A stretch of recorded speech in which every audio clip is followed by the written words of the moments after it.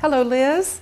I'm Paula Parrish, Director of Admissions. Hi, Paula. It's nice to meet you. Nice meeting you. Glad you could come in. We're going to do a couple of things today. First, we're going to go into my office and get better acquainted, and then I'll bring you out. I would like to give you a tour and give you an overview of what our students are doing while they're here. That way, you will actually see what you would do if you were a student at Design Institute. So, Liz, we're going to start right here. And you'll notice that the classes are listed on the placket, so you can kind of follow along as we go through the work.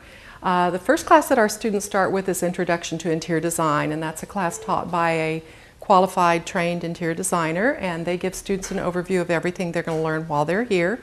But they start doing projects immediately, and the first project that they do, they put together a color sample board.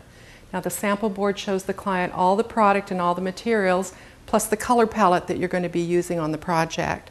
Anything they need to do this type of project, whether it be marble, slate, granite, corian, wood, fabric. In our third building we have a materials library, so you can access all of the product and materials. Their first design project in that class is they design an elevator in miniature to scale. They actually get to select their client, but their client has to be an artist, a designer, or an architect. They also get to come up with their own budget in this class. But once they select the client, they're taught to profile them. So they gather as much information as they possibly can about the client, so they're designing for what the client wants. Now here we have 4 elevator projects.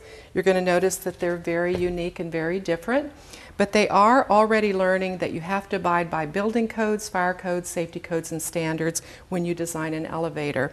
So safety standards require that an elevator have handrails. So you're going to notice that they all do. They also are required to put, of course, a control panel, a telephone in the event the elevator breaks down. The entrance and exit has to be wide enough to accommodate a wheelchair. There's a Disability Act requiring that. And then, of course, it has to have lighting. So they have to make sure they put in all the requirements. Then the last thing they're taught to do, they have to present the project. And they're presenting it as if they're presenting it to the client to get the job.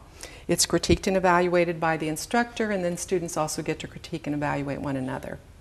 So like a public speaking class. It is, most definitely. So you're real comfortable in getting up in front of a group or a family, you know, whoever your client might be. The very next class is Elements of Design 1. Now that's a very creative art class. It's helping students to use the creative skills that they come in with so they can start developing more of them.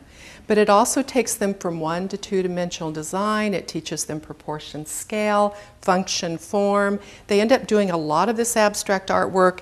They also create a book. And you can see they get very, very creative when they are creating that book. And then they take a class called History of Interiors. It's very important as a designer that you understand and recognize every period of art, furniture, and design.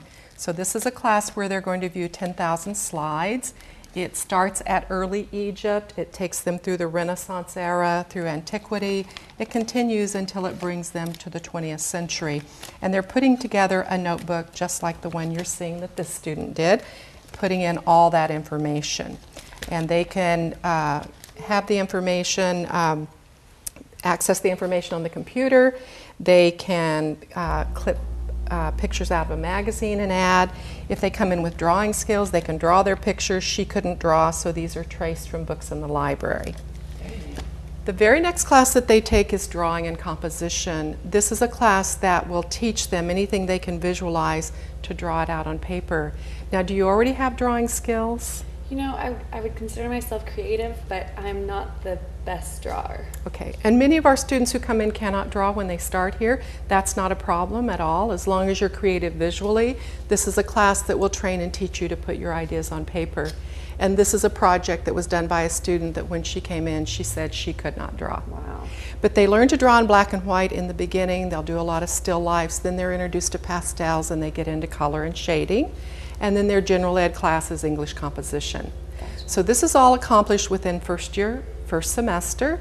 Then they go into first year, second semester, and they start with a very technical class called architectural drafting.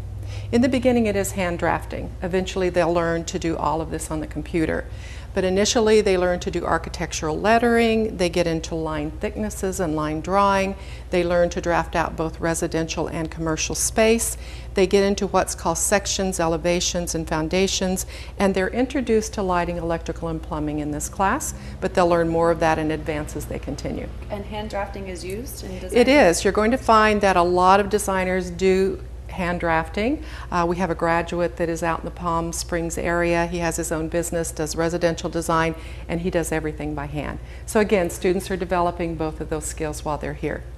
They also learn, take a class that's called Elements 2. It's taking them from 2 to 3-dimensional design. They're going to learn to use an X-Acto knife to cut poster board and foam core, really to help develop their model making skills. Then they take a class called Quick Sketch.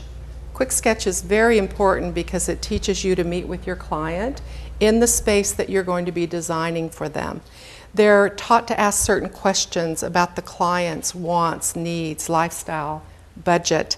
And once they gather all the information, they'll do a preliminary sketch in black and white. Then they go back to their studio and they add the color to show the client what their suggestions are for the project.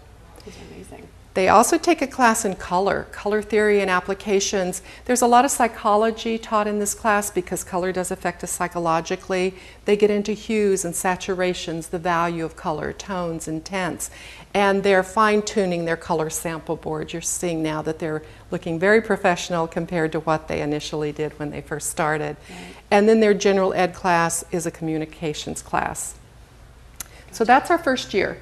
The first year basically lays a foundation for our program. It's like building a house. So now we have a foundation and we start building from there.